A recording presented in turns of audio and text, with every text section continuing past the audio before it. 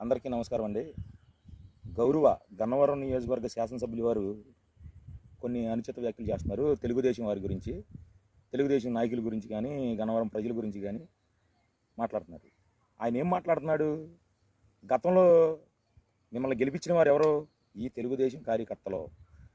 Fan ఎదురుగాలిలో కూడా నిర్విరామంగా కృషి చేసి మిమ్మల్ని గెలిపించిన కార్యకర్తలు మేమే. అదేవిధంగా ఈ 5 సంవత్సరాల పరిపాలన తర్వాత కూడా మిమ్మల్ని ఓడించబోయేది కూడా మేమే. మా నాయకుడి గురించి, నారా చంద్రబాబు నాయుడు గారి గురించి కావచ్చు, నారా లోకేష్ బాబు గారి గురించి కావచ్చు, యార్లగడ్డ వెంకటరావు గారి గురించి కావచ్చు, బీభత్సమైన మాటలు మాట్లాడుతున్నారు. మాకు చేత కాక కాదు, చెప్పలేక కాదు సమాధానం. ఆ సమాధానాలు చెబుతాకే ఈ తెలుగుదేశం సైనికుడు మాట్లాడటం జరుగుతుంది. అదేవిధంగా మీరేమంటారండి? వలస పక్షి అంటారు. ఎవరిని? మీరు ఇండైరెక్ట్గా అన్నా అది మా నాయకుడినే అంటున్నారు. మేము ఓపెన్గా మీకు మాట్లాడుతున్నాం. మీరు చాలాసార్లు కొన్ని సభల్లో కానీ కొన్ని సంవత్సరాలు చెప్పారు. ఎవరి గురించి? పొచ్చలపల్లి సుందరయ్య గారి గురించి. పొచ్చలపల్లి సుందరయ్య గారు ఎవరండి? ఈ నియోజకవర్గమా? ఈ ప్రాంతమా? కాదు కదా. ఆయన కూడా నెల్లూరు జిల్లా వాసే కదా. ఆయన ఇక్కడ ప్రజలకి ఎంత సేవ చేశాడో ఆ సేవ తార్కాణాలు రాష్ట్ర వ్యాప్తంగా ప్రజలందరికీ తెలుసు. ఈరోజు యార్లగడ్డ వెంకటరావు గారిని వలస పక్షి అని చెప్పేసి అనుచిత వ్యాఖ్యలు మీరు చేస్తున్నారు. మీ అభిమానులతో కూడా చేయిస్తున్నారు. కానీ ఈ నియోజకవర్గంలో రేపు జరగబోయేది ఏంటంటే, తెలుగుదేశం కార్యకర్తలతో పాటు వైసీపీ కార్యకర్తలు కూడా మిమ్మల్ని ఓడిస్తాకు సిద్ధంగా ఉన్నారు. అది మీరు తెలుసుకోవాలి. అది తర్వాత లోకేష్ బాబుని ఇక్కడ పోటీ చేయండి, చంద్రబాబు నాయుడు గారిని ఇక్కడ పోటీ చేయండి, వాళ్ళకి చేత కాదా అంటున్నారేమో. ఇక్కడే ఇల్లు కట్టుకొని ఇక్కడే రాజధాని కడతానన్న జగన్మోహన్ రెడ్డి అదే మంగళగిరిలో పోటీ చేయొచ్చుగా, దమ్ము ధైర్యం ఉంటే. మీరు అన్నారు కదా దమ్ము ధైర్యం గురించి, నారా చంద్రబాబు నాయుడు గారి గురించి, నారా లోకేష్ బాబు గురించి, ఇక్కడే ఫ్లైట్ ఎక్కచ్చు, ఇక్కడే దిగొచ్చు అని. మరి అక్కడే ఇల్లు కట్టుకున్న జగన్మోహన్ రెడ్డి అదే మంగళగిరి నియోజకవర్గంలో పోటీ చేయొచ్చు కదా. ఆయనకి తెలవకపోతే మీరు చెప్పొచ్చు కదా. చెప్పడానికే మీకు దమ్ము లేదు ఏంటి? చంద్రబాబు నాయుడు గారు, లోకేష్ బాబు ఇక్కడ పోటీ చేస్తే మీరు పెట్టి బేడా చదువుకొని పంజాబ్ వెళ్ళిపోయే పరిస్థితి కొత్తదేమో. అమెరికా వెళ్ళిపోతాడు, అక్కడికి వెళ్ళిపోతాడని చేసి వెంకటరావు గారి గురించి చెప్తున్నారు. మీరు పంజాబ్లో ఎన్నాళ్ళు ఉన్నారండి ఎగ్జామ్ అని? ఇక్కడ ప్రజల సంగతి ఏమవ్వాలి? కరోనా టైంలో లేరు వెంకటరావు గారు అంటున్నారు. వెంకటరావు గారు ఇక్కడ గెలిచి ప్రాతినిధ్యం వహించట్లేదే. ఆయన ఇక్కడ వెళ్ళిపోయేదాకా మీరు ఊపిరాడనివ్వకుండా ఆయన తరిమి తరిమి ఆయన మీద ప్రెజర్ పెట్టారే.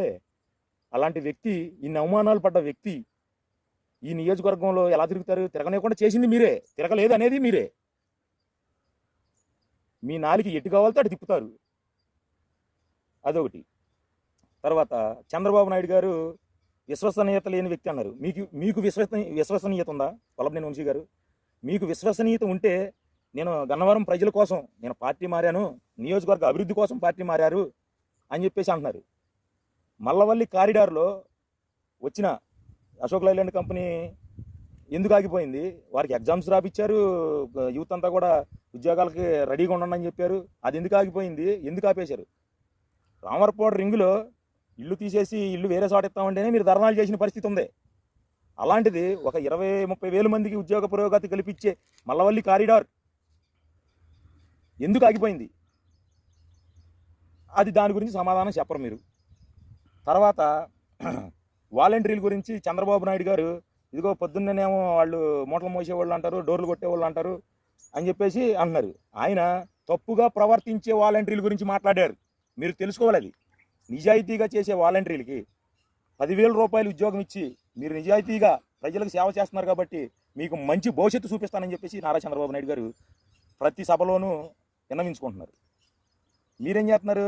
దుర్మార్గం చేసే వ్యక్తుల గురించి మాట్లాడితే దీనికి ఆయనకి మైండ్ సరిగ్గా ఉండదు, ఆయన తప్పుగా మాట్లాడతారని బురద జల్లే కార్యక్రమం పెడుతున్నారు. ముందర మీరు సరిగ్గా ఉండండి. నియోజకవర్గాన్ని డెవలప్మెంట్ చేస్తానన్నారు, కనీసం సైడ్ డ్రైన్లు కట్టించారా? లేదు. అప్పుడు ఐటీ శాఖ మంత్రి నారా లోకేష్ బాబు ఉన్నారు కాబట్టి మన పల్లెల్లో ఎల్ఈడి లైట్ ఎలా ఉంటుందో కూడా తెలియదు మన పేద ప్రజలకి. అదే ఎల్ఈడి లైట్ని ప్రతి గ్రామంలోనూ ఇవాళకి కూడా ఏ రిపేరీ లేకోకుండా దిగ్విజయవంతంగా వెలుగుతున్నాయి. ఆ వెలుగులో నడుస్తున్నారు ఈ పేద ప్రజలు. అదేవిధంగా మినరల్ వాటర్ ప్లాంట్స్ మీరు ఎన్ని ఓపెన్ చేశారు? మాకు తెలియదా? ఇవాళ ఈ 5 ఏళ్ల పరిపాలన అది జరిగిందా? సైడ్ డ్రైన్లు కట్టడం జరిగిందా? జరగలేదు. మీరేదో సెంట్రల్ మినిస్టర్ లాగా నేను డైరెక్ట్ మోడీ గారిని దగ్గర నుంచి తెచ్చుకున్నాను అనే విధంగా చెప్తారు మీరు.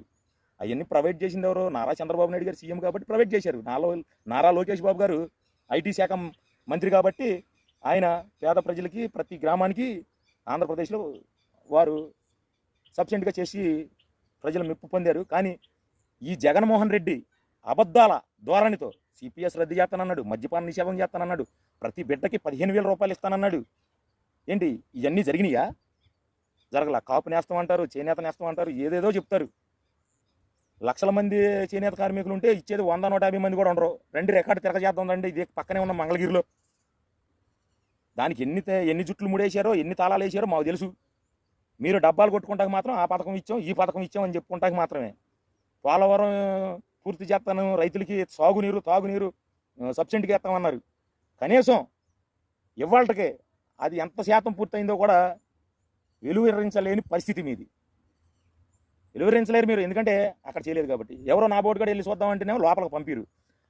అదే నారా చంద్రబాబు నాయుడు గత 5 సంవత్సరాల్లో మీరు చేసే గ్రాఫిక్స్ అంటున్నారని చెప్పేసి రాష్ట్ర వ్యాప్తంగా పేద ప్రజలందరికీ బస్సులు పెట్టి భోజనాలు పెట్టి ఆ పోలవరం డ్యామ్ చూపించడం జరిగింది. మీరు చూపిస్తారా? మీకు దమ్ము ధైర్యం ఉందా? లేదు. 3 రాజధానులు అని అన్నాడు గెలిచాక. చేశారా? మీ వల్ల అయ్యిందా? లేదు. అబద్ధాలు చెప్పే మీరికే అంతుంటే నీతిగా నిజాయితీగా పనిచేసే నారా చంద్రబాబు నాయుడు గారు కానీ, నారా లోకేష్ బాబు కానీ, అదేవిధంగా ఇక్కడ యార్లగడ్డ వెంకట్రావు గారు కానీ పేద ప్రజలకు సేవ చేస్తాకి ఒక దృఢ సంకల్పంతో ఆయన ముందుకు వచ్చారు. నామినేషన్ వేశారు. జన సముద్రం పసుపు సముద్రం గన్నవరంలో పోటెత్తింది నామినేషన్ రోజున. అది నియోజకవర్గ ప్రజలందరికీ తెలుసు. ప్రజలు ఓడిస్తే మీరు చంద్రబాబు ఏంటి ఓడిచ్చేది, లోకేష్ బాబు ఏంటి ఓడిచ్చేది? ఇక్కడ ప్రజలు ఓడిస్తారండి. ఆ ప్రజలే ఓడిస్తారు. నిన్ను గెలిపించిన ప్రజలే ఈరోజు నీ ఓటమికి కారణం అవుతారు. దాంట్లో ముందుండేది వైఎస్ఆర్సీపీ కార్యకర్తలు, ఎందుకంటే వాళ్ళే మీ మీద రగిలిపోతున్నారు కాబట్టి. ఆ తర్వాత ప్లేస్లో ఉండేది జన సైనికులు. ఆ తర్వాత ప్లేస్లోనే తెలుగుదేశం కార్యకర్తలు ఉంటారు 3వ స్థానంలో. అదే విధంగా బీజేపీ నాయకులు కూడా దృఢ సంకల్పంతో ఉన్నారు. మిమ్మల్ని ఈ నియోజకవర్గంలో డిపాజిట్లు లేకుండా ఓడేస్తారు. అక్క అని ఈ నోటితో పిలిచి ఆమెకి ఏ విధంగా రంకులు కట్టే విధంగా మాట్లాడారో అన్న ఎన్టీ రామారావు గారి ఆడబిడ్డకి నియోజకవర్గ ప్రజలకే కాదు ఆంధ్ర రాష్ట్ర ప్రజలందరికీ తెలుసు. ఈ సీటు నారా చంద్రబాబు నాయుడు గారు కాదు, నారా లోకేష్ బాబు గారు కాదు ఫోకస్ పెట్టింది. పేద ప్రజలు, బడుగు బలహీన వర్గాల దళిత బిడ్డలో ఈ గుడివాడ కానీ గన్నవరం కానీ ఫోకస్ పెట్టింది వాళ్ళు. నారా చంద్రబాబు నాయుడు గారు ఇదిగో యార్లగడ్డ వెంకటరావు గారిని పంపిస్తాను, మీరు గెలిపించుకోండి అని మాత్రమే ఇక్కడ పంపించారు. మీ ఓటమిని చూసేది, మిమ్మల్ని ఇక్కడి నుంచి సాగ నంపేది మాత్రం ఈ గన్నవరం నియోజకవర్గం, నేను చెప్పిన ఈ కూటమిలో ప్రజలు మాత్రమే. అందులో ముందుండేది మాత్రం వైఎస్ఆర్సీపీ కార్యకర్తలే. జై చంద్రబాబు, జై యార్లగడ్డ వెంకటరావు అన్న, జోహార్ బచ్చుల అర్జునుడు, జోహార్ అన్న ఎన్టీఆర్.